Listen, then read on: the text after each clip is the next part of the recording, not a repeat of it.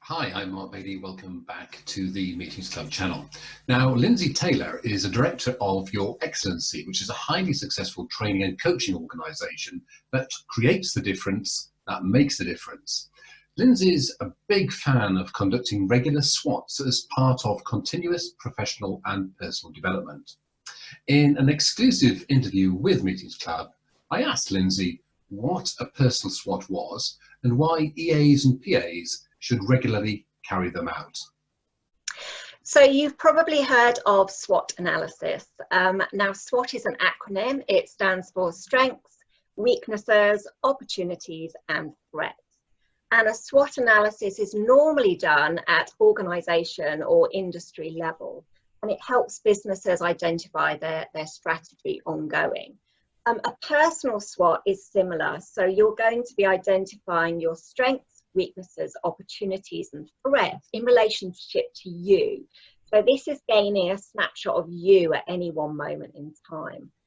As an exercise, it is hugely insightful for giving yourself advice and feedback, as to how and where you are now on your personal and professional development journey, where you're going and also how to get there. Also, the strengths and weaknesses boxes are really useful to use for your CV and also interview preparation as well. And how often should you be conducting a personal SWOT? So I would say regularly, because change is constant. So actually my advice would be to conduct a personal SWOT every 2 to 3 months, unless you know there have been significant changes, in which case I would suggest more often, if you know you've kind of come to that crossroads in your career or your life, so to speak. And would you give advice? What advice would you give when carrying out a personal SWOT? So lots of advice, actually, starting off with kind of practicalities. So think about conducting a personal SWOT as investing in you. So this is really important quality time for you. That being said, then you need to set aside time and space for you to be able to conduct this SWOT where you have minimal interruptions, so that you can absolutely immerse yourself in the exercise. So it should take about 20 minutes tops to do a personal SWOT. So you want to be able to run through each of the questions that are posed to you. And I suppose just grab a tea, a coffee, whatever tipple you fancy, depending on the time of day, and then just immerse yourself in that experience. So you can do this as one complete package, really.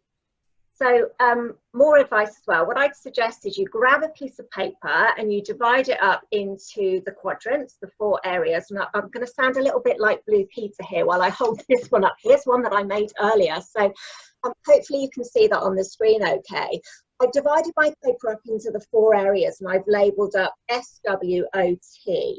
And now I've used coloured pens that represent the quadrants for me. So for strengths, I've used the colour red, because for me that's a really strong colour. I think kind of your fast Ferrari. For others, you may use that red for your weaknesses, because maybe it represents kind of a stop, a barrier, a weak colour for you. But adding those visuals, I think, really makes it a more immersive sensory experience. So writing in those colours, each of the boxes. One thing I've done as well, you'll see it's very tiny in the corner here, but I've added in a date as well. So if you date your personal SWOT, that's really interesting, because you're gaining a snapshot at any one moment in time. And then if you kind of file those personal SWOTs away, you can refer to them later. It's really interesting to read how your personal professional development and journey has actually progressed, and to see how changes in life can actually impact you. What would you say are the benefits of handwriting this down? So absolutely there are benefits. There are psychological benefits, and the basis for writing down this exercise. You know what you want to say up here in your head, so you're going to get down that information on paper by writing it in your coloured pens. And of course you're reading as you're writing that information too, so it's kind of reinforcing all of the information that you're writing down as a snapshot of you, and it is a kind of multi-sensory experience, really. There is psychological basis to it. And what about the questions posed during a personal SWOT? So the questions, there is a list of questions, and what I've done is I've actually pulled those together in a supplementary article to this interview, because I think we need to use this as a resource so that you can revisit it. We've said that a personal SWOT isn't a one-time exercise, so that you can refer to this again. So that will be included as a supplementary article there. Well, I look forward to reading that, most certainly. Now, you said about using a personal SWOT for your CV or perhaps an interview. How can you do this? So if we think about the CV then, if you use your strengths box that you pull together on your personal SWOT, this is ideal to use to pull together that personal statement section of your CV. So you're using some of those key words within your personal statement section. And you know what, doing particularly that strengths box can be a really empowering exercise, because it's a real boost to your self-esteem, you know, identifying the things that you're good at and that are your strengths. I think, you know what, we are very good sometimes at giving ourselves negative feedback. So some may find that it's easier for them to do the weaknesses box rather than the strengths box. But actually, when we do the strengths, we need to be really proud of the fact that we are good at these things. You know what, this is not being big-headed or brash or boasting about it. It's taking ownership of the fact that you're really good at these things. And I think when you're, say, in an interview and someone, the interviewer asks you, you know, what are your strengths? You know, be proud of those. Share the fact that, I don't know, you're really good at event management, and then have evidence ready that proves your point. So I'm really great at event management, for example, because last month I orchestrated and arranged a sales conference for 200 people, and 90% of the feedback was 5-star. We need to be proud of our strengths here. One thing I would say though, and we've had this conversation between us as well, I know, Mark, that lots of people may struggle with talking about themselves in the first person as well when they're answering those questions. You know, what are your strengths? What are you good at? Well, I'm really good at whatever that is. And I think there are some strategies that we can use here. So, Mark, if you were doing a personal SWOT exercise, and you struggle with like talking about yourself in the first person, I would suggest that you imagine that you can clone yourself. So there's another Mark sat the opposite side of the table. I don't know whether the world's ready for another Mark, but another Mark there. And I want you to talk about yourself in the third person. So something like, okay, Mark is really good at conducting Zoom interviews, as you're doing now. Mark is really good at asking those great questions of the people that he's interviewing. And actually that may remove some of that emotional attachment, so it makes it a lot easier for you to answer. What I would say then is to do the exercise again, then talking in the first person, because you will probably find second, third, subsequent times it is a lot easier for you. The weaknesses box, that's an interesting one. Yeah, that's a really interesting one. So weaknesses, I said we're really quite good at identifying maybe all the stuff that we're not so great at doing. What's important here is to recognize like a couple of the questions that are posed. One of them asks, you know what, by eliminating some of your weaknesses, do you then open up opportunities? Basically, there is one answer to that, and the answer is yes, absolutely. However, that question is very quickly followed on with, are there weaknesses that actually you're happy with as weaknesses that you don't even need or want to change?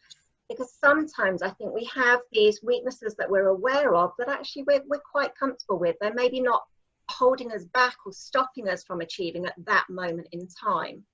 So as an example, say my personal SWOT that I did actually a couple of weeks ago, always in my weakness box, I have maths and numbers and finance, okay? It's something I'm not the greatest at.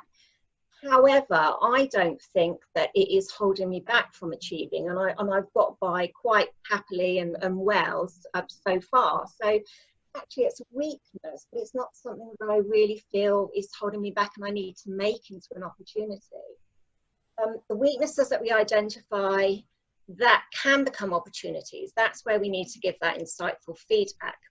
Because say on my personal SWOT, one of my weaknesses as well is using Excel spreadsheets. So it's not something I enjoy doing, probably because of the numbers thing and the stats and the figures again. But so Excel spreadsheets, I know that that's a weakness, and actually it is causing a bit of a barrier because it takes me a long time to pull together some quite crude Excel formula and stuff that I'm sure I could be doing in a much more effective, efficient way.